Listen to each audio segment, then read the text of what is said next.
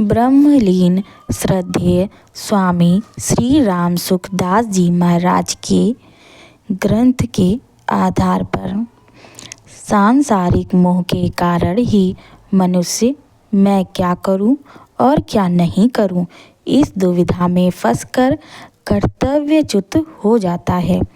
अतः मोह या सुखासक्ति के वशीभूत नहीं होना चाहिए। शरीर नाशवान है और उसे जानने वाला शरीर ही अविनाशी है। इस विवेक को महत्व देना और अपने कर्तव्य का पालन करना, इन दोनों में से किसी भी एक उपाय को काम में लाने से चिंता शोक मिट जाते हैं। निष्काम भावपूर्वक केवल दूसरों के हित के लिए अपने कर्तव्य का तत्परता से पालन करने मात्र से कल्याण हो जाता है। कर्म बंधन से छूटने के दो उपाय हैं। कर्मों के तत्व को जानकर निस्वार्थ भाव से कर्म करना और तत्व ज्ञान का अनुभव करना। मनुष्य को अनुकूल प्रतिकूल परिस्थितियां आने पर सुखी दुखी नहीं होना चाहिए, क्योंकि इनसे सुखी दुखी होने वाला मनुष्य संसार में ऊंचा उठकर परम आनंद का अनुभव नहीं कर सकता। किसी भी साधन से अंतःकरण में समता आनी चाहिए। समता आए बिना मनुष्य सर्वथा निर्विकार नहीं हो सकता। सब कुछ भगवान ही है, ऐसा स्वीकार कर लेना सर्वश्रेष्ठ साधन है। अंतकालीन चिंतन के अनुसार ही जीव की गति होती है।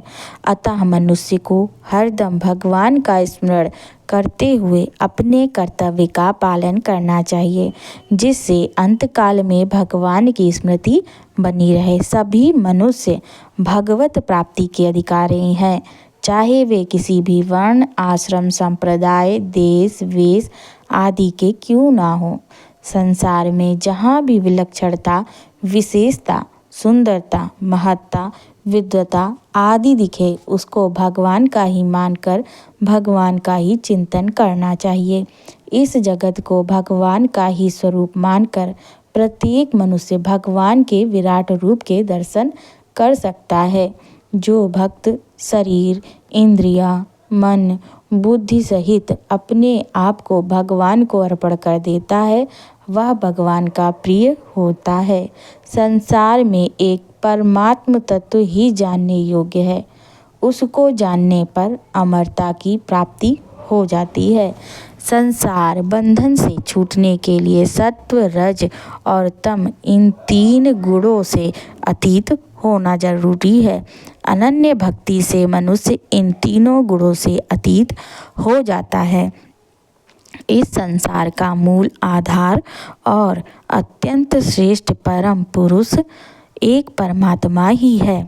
ऐसा मानकर अनन्य भाव से उनका भजन करना चाहिए।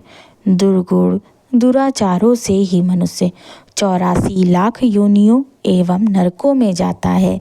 अतः नरकों में जाता और दुख पाता है। अतः जन्म मरण के चक्र से छूटने के लिए दुर्गुण दुराचारों का त्याग करना चाहिए। मनुष्य श्रद्धापूर्वक जो भी शुभ कार्य करे, उसको भगवान का स्मरण करके उनके नाम का उच्चारण करके ही आरंभ करे।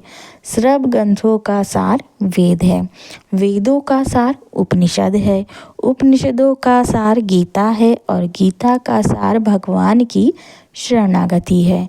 जो अनन्य भाव से भगवान की शरण में हो जाता है, उसे भगवान संपूर्ण पापों से मुक्त कर देते हैं।